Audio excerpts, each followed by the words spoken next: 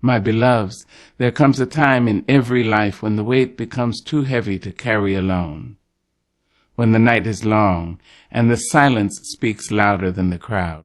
When the path before you winds with shadows, and your feet are weary from the journey. It is in that moment, not of triumph, but of trial, that you must stand still and trust God to take care of you. There is something sacred in being remembered, something holy in being known, and there is nothing so painful as to believe you have been forgotten. Oh, I have known the silence, the kind of silence that sits heavy on your chest and whispers lies in your ear, the kind of silence that makes you wonder if your prayers went unheard, if your cries were too quiet, if your name had been lost among the stars. That deep silence, where even hope seems too weary to speak. Yes, I've been there. But let me tell you, child, God has not forgotten you. He is not a man that he should misplace your name. He is not fickle, that he would turn his face away in your time of need. He is not like the world that smiles in sunshine and disappears in rain. He is God, the Ancient of Days, the Alpha and the Omega, and he has carved your name on the palms of his hands. Can you imagine that? While others may overlook you, while some may dismiss you, God carries you in his very essence. Even when you were in your mother's womb, he saw you. Before your first breath, before your first cry, before your first heartbreak, he knew you. And he didn't just glance at you, he beheld you. He called you wonderful, beautiful, purposed. And so, when the winds of life howl and the storm clouds gather, do not think he has stepped away. Oh no, darling, that's when he's closest. That's when his arms are wrapped around you tighter than ever before. But pain has a way of dulling our senses.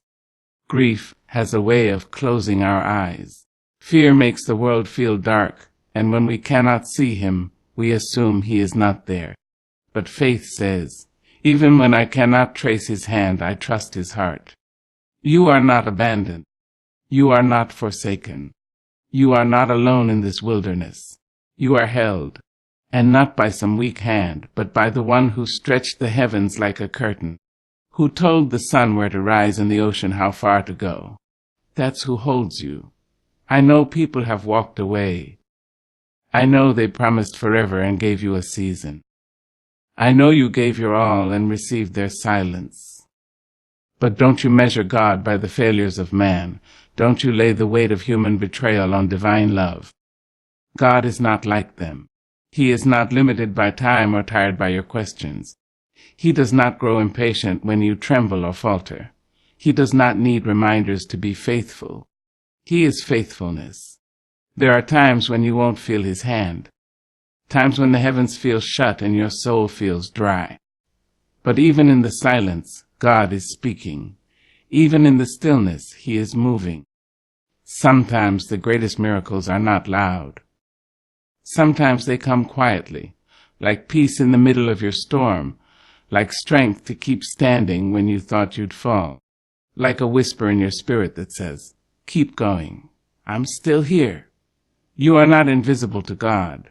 You are not forgotten in the crowd. You are seen in full color, heard in full volume, loved in full measure. The world will try to tell you otherwise. It will tell you're too broken, too messed up, too late, too far gone. But the world doesn't get the final say. God does. And when he looks at you, he sees purpose. He sees power. He sees possibility. And no mistake you've made can erase his memory of who you really are. You may have stumbled. You may have doubted. You may have wandered so far off the path you can't even see the road. But hear, Meg, God's love is not confined to straight lines. His grace is not limited to the worthy. His care does not expire. His arms are open still. He is the good shepherd who leaves the 99 to find the one. And if you're that one, if you're the one who's tired, the one who's unsure, the one who's hanging on by a thread, then he is coming for you. Not to punish, not to scold, but to gather you, to cradle you, to remind you are his. Oh, there is something so powerful in being chosen. Still, after the fall, after the loss, after the shame, after the silence, to be looked upon by a loving God who says, "You are mine, and I will never let you go." He does not forget his children. He does not lose track of his promises. His word is eternal, and if he said he will never leave you, then you can stand on that, even when everything else crumbles. I have walked through valleys so low that the sky seemed unreachable. I have cried tears that made rivers of grief, but never, not once, was I alone. Never was I unloved, never was I forgotten, and neither are you. So rise up, beautiful soul, wipe your tears and lift your head. The one who made the stars is still guiding your path. The one who raised the mountains is still lifting you. The one who formed your heart is still holding it. God has not forgotten you. He is nearer than your breath. And even now, even in this very moment, he is working things out for your good. Trust it, believe it, walk in it. You are remembered. You are precious. You are forever in his care. There is something deep within the human soul that longs to understand. We ask, we analyze, we seek patterns and predict outcomes. We want to know why. Why did this happen? Why now? Why me? And while the pursuit of wisdom is noble, child, there are moments in life when no amount of reasoning will yield peace. Only trust will. You see, faith is not born in clarity. It is not made of answers. It is not nurtured by sight. Faith, my beloved, is forged in the dark. It is the hand you stretch out when you cannot see. It is the voice you lift when there is no echo. It is the hope you hold when the evidence says you shouldn't. Faith is not a destination for the comfortable, it is the road the trembling walk.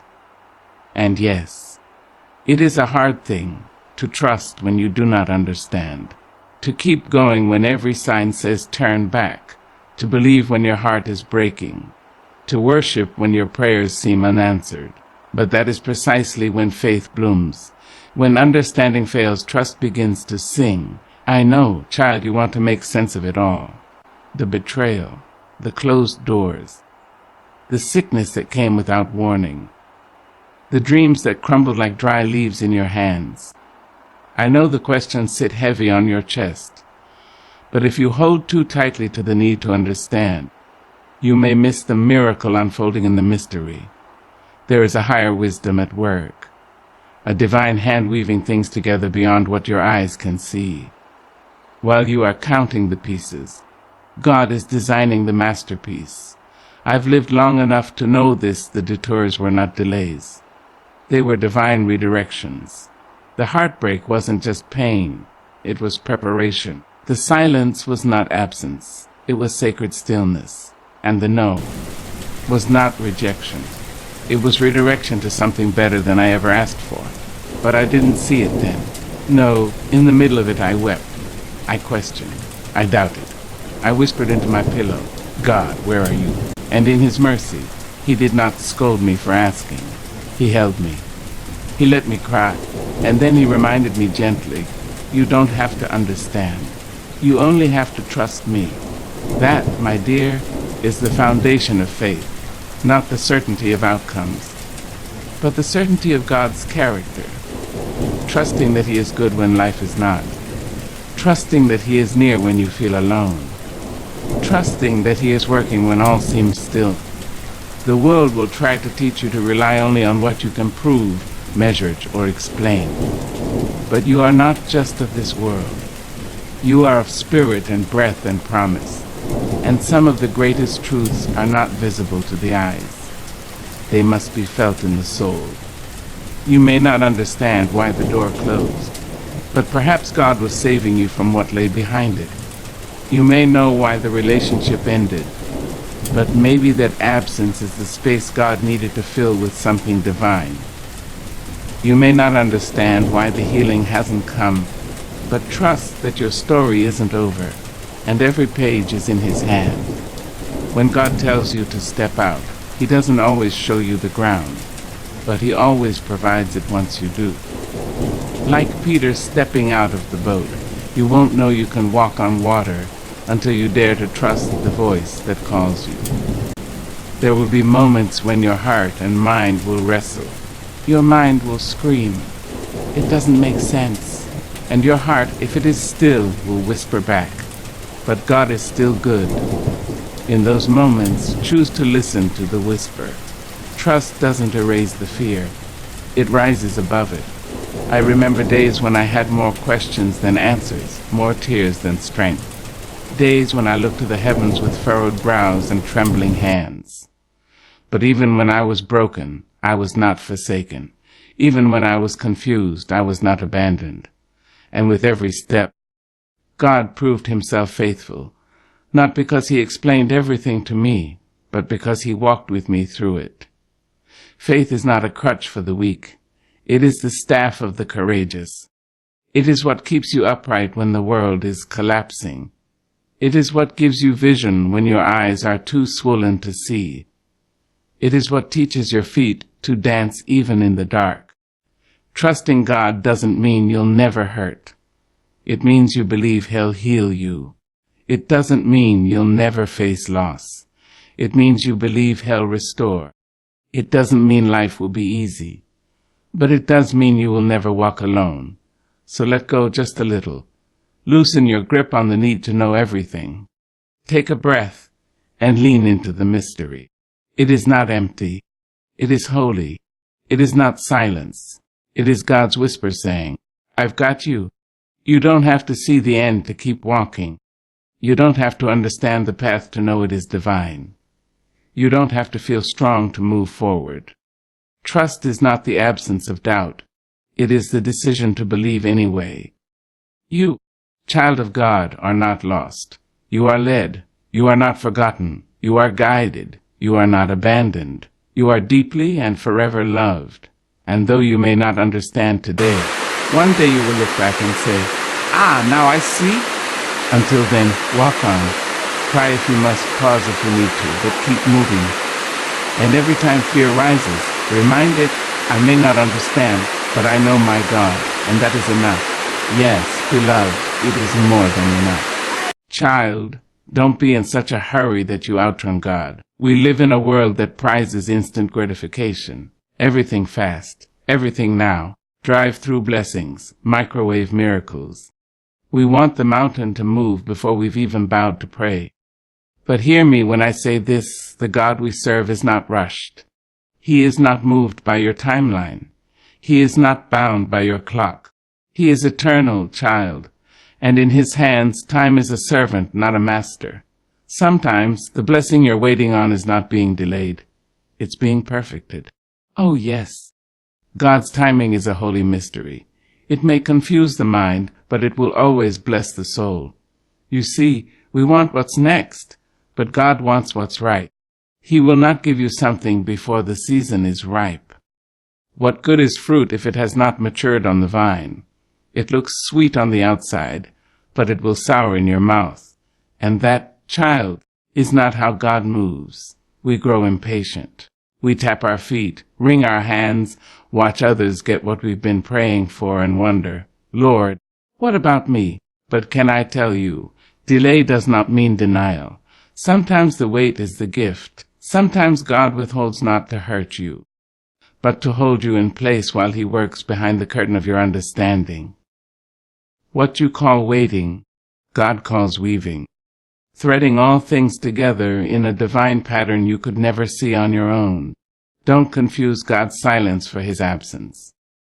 When you cannot trace his hand, you must trust his heart. Oh, how I've learned that! There were seasons I cried myself to sleep. Seasons I fasted and prayed and got nothing but stillness in return. But the stillness wasn't empty. It was sacred. God was moving in ways I couldn't see. Doors I didn't know existed were being opened. Enemies I couldn't fight were being defeated. Provision I hadn't earned was being prepared. You see, God doesn't just bless you. He builds you. And he won't give you something your character isn't ready to carry. A gift given too soon becomes a burden. But in God's timing, the gift becomes a tool of joy, a testimony. He waits because he loves you. He waits because you are not just asking for something. You are becoming someone. There is wisdom in the pause. There is purpose in the patience. When God says, wait, he is saying, I'm preparing something better. His delay is not punishment. It is positioning you for the moment when your life will align with his, will like stars in the night sky. Don't you know that Joseph had a dream, but he also had a dungeon? Don't you know that David was anointed king, but had to wait in caves and wilderness before he wore the crown? Don't you know that even Jesus waited 30 years before stepping into 3 years of ministry? There is no greatness without waiting. There is no destiny without delay. Time in God's hand is not wasted. It is woven into glory. I know it hurts waiting. I know it breaks your heart sometimes. But child, trust me when I say, what God has for you will not pass you by. No demon can steal it. No man can block it. No mistake can cancel it. What is ordained is already written. And when the time is right, it will find you. You won't have to chase it. You won't have to beg for it. It will arrive like morning, quiet, certain, and full of light. Oh, I've seen it in my own life. The moments I thought were endings were simply intermissions. The no's that shattered my spirit led me to yeses I never imagined. When people walked away, it hurt. But later, I thanked God, because what he brought next would never have fit into the room they occupied. God's timing is not always kind to the flesh, but it is always kind to the soul. So what do you do in the meantime? You live. You worship while you wait. You trust with trembling hands. You keep showing up, broken if you must, tired if you are, but faithful nonetheless. You don't wait with bitterness. You wait with belief. You don't wait with complaint. You wait with praise. You speak life into your delay. You declare, even now God is good. Even here, I will trust. Your waiting season is not a wasted season. It is sacred ground. It is the place where roots grow deep, where pride dies and peace is born, where dependence on self turns into desperation for God. And that, my dear, is holy ground indeed. So don't curse the clock. Don't race the calendar. Don't compare your journey to anyone else's. What God is doing in you cannot be rushed. Like a tree planted by rivers of living water, you will yield fruit in due season. Not early, not late, right on time. And when it comes, when that promise you've been carrying is finally born into your life, you will weep with joy. You'll say, had it come sooner, I wouldn't have been ready. Had it arrived before the breaking, before the mending, before the fire, I would have mishandled it. You'll see that the wait was not cruel. It was crafted. You'll thank him for the time you spent crying, because it watered your roots. You'll praise him for the silence, because it taught you to listen. So hold on, child. Hold on with hands that ache if you must. But don't let go. The God who holds the sun in its course, who commands the sea to stop at the shore, who counts every hair on your head, that same God sees you. And he is not late. He's simply preparing the right moment to step in with a blessing that will silence every fear, fulfill every promise, and make sense of every tear. Yes, you may not understand his pace. You may not see his plan, but you can trust his timing, because he is never early. He is never late. He is always, always right on time. There will come a time in every soul's journey when the road ahead looks uncertain, when the clouds gather low and the wind howls wild with threat and fury. Oh yes, fear will come knocking, fear with its sharp teeth and trembling tongue, fear with its lies wrapped in reason, fear that whispers, you won't make it, you're not enough, you'll fall this time, and no one will catch you. But child, I've come to tell you, faith is stronger. Faith is not the absence of fear. No, that would be too easy. Faith is the choice to walk forward while fear screams at your heels. It is the holy defiance to stand tall when your knees are shaking. It is the sacred shout that says, I still believe. Even when everything around you begs you to doubt. I've been there. I've stood in the valley where shadows stretch long and hope feels like a dream too fragile to hold. I've felt fear sit heavy on my chest like a stone, and I've heard it rattle the bars of my courage like a jailer. But I learned, yes, Lord, I learned, that fear cannot hold what faith has claimed. You see, fear is loud, but it is not lasting. It is bold, but it is not eternal. Fear thrives on what might happen, but faith rests in what God already promised. And the promises of God, child, are yes and amen. They are not built on sand. They are carved into the very foundation of the heavens. Let me tell you something. Every great person you admire, every prophet, every preacher, every woman or man of power and light, they too met fear. Moses stammered. Elijah ran. Esther trembled. Peter denied. But in their fear they chose faith. And it was that choice, not their strength, that carried them. Because fear looks at the storm. But faith keeps its eyes on the one who walks on water. Oh yes, life will give you reasons to be afraid. The doctor's report may sound like a sentence. The bills may pile like bricks on your back. The relationship may be breaking. The child may be wandering. Your mind may be tired. Your heart may be stretched thin like linen in the wind. But remember, fear is not your master. It is not your God. It does not get the final word. What does the word say? It says, "Do not fear, for I am with you." That is not a suggestion. It is a command dressed in comfort. It is heaven's declaration over your dread. It is God saying, I am with you in the flood. I am with you in the fire. I am with you in the fight. Fear may rise, but it cannot reign. Let your faith rise instead. Let it rise like the morning sun, patient and sure. Let it rise with every hallelujah you utter through clenched teeth. Let it rise when you show up anyway. Speak life anyway, love anyway, praise anyway. Faith is not always loud. It often comes in a whisper. But oh, what power is in that whisper when it is rooted in God.